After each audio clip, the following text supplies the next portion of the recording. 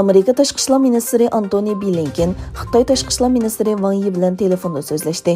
Blinken yig'in jarayonida Xitoyning Rossiyaga qarata jazo qarori chiqarishi kerakligini o'tirib qo'ydi. Tashqi ishlar ministrligining bayonotchisi Ned Price bayonotida dunyo qaysi millatlarning erkinlik, o'z taqdirini o'z belgilash va egilik huquqiy qatorliq negizlik prinsiplar uchun kurash qilayotganligini ko'rsatadi dedi.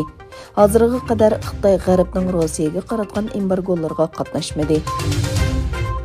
Rossiya prezidenti Vladimir Putin Ukrainaning harbiy o'l aslahalarini yo'qotish xizmatining asosan oxirlashganligini e'lon qildi. Putin Rossiyaga qo'yilgan embargolar haqida to'xtalib, yo'lga qo'yilgan jazo Rossiyaga urush e'lon qilinganga o'xshash dedi. Putin nishonning Ukrainaning betaraf o'rni va qurolsizlanishini ishga oshirish ekanligini eskartib, Ukrainaning Shimoliy Atlantik ahdi tashkilotiga a'zo bo'lmasligi intayin muhim deb ko'rsatdi.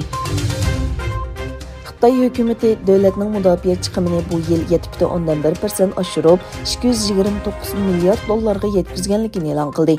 Bosh minister Li Keqiang shanba kuni xalq qurultayining sungan xamcho dokladida davlat mudofaa chiqimining 7,11% oshganligini e'lon qildi.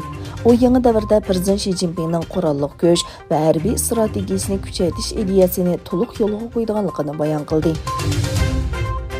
Amerika Tashqi ishlar ministrligi fuqarolarni Rossiyaga sayohatga bormaslik to'g'risida ogohlantirdi va u davlatdagi fuqarolarni Rossiyadan darhol ayrilishga chaqirdi.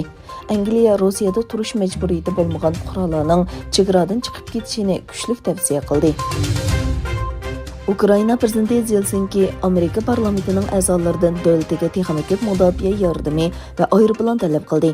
Amerika Kengash palatasining ko'p sonliqli rahbari demokratchi Chak Shomer Ukraina prezidenti Zelenskiyning sin shaklida Amerika Kengash palata a'zolari va Avom palata a'zolari bilan ko'rishganligini e'lon qildi. Isroil bosh ministri Naftali Bennett Moskvada Rossiya prezidenti Vladimir Putin bilan ko'rishib, Ukraina krizisini muzokara qildi. Bennett Rossiya bilan Ukraina o'rtasidagi to'qinishda murosasiyachilik qilish talabini o'tirib qo'ydi.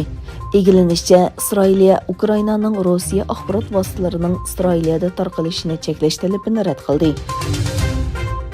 Rossiya prezidenti Vladimir Putin Ukraina urushiga munosabatlik soxta xabar tarqatganlarga qamoq jazosi berish tavsiya qilingan bir qonunga imzo qo'ygandan keyin nurg'unlagan xalqaro taratqular Rossiyadagi faoliyatlarini to'xtatdi. Angliya BBC televiziya kanali, Amerikadagi CNN va Bloomberg televiziyasi va Kanada ommaviy radiosi Rossiyadagi anglitishni vaqtincha to'xtatilganligini e'lon qildi. Germaniya ommaviy tarqatish vositalari ARD va ZDF mo shanba kuni Rossiyadagi faoliyatlarini vaqtincha to'xtatganligini e'lon qildi.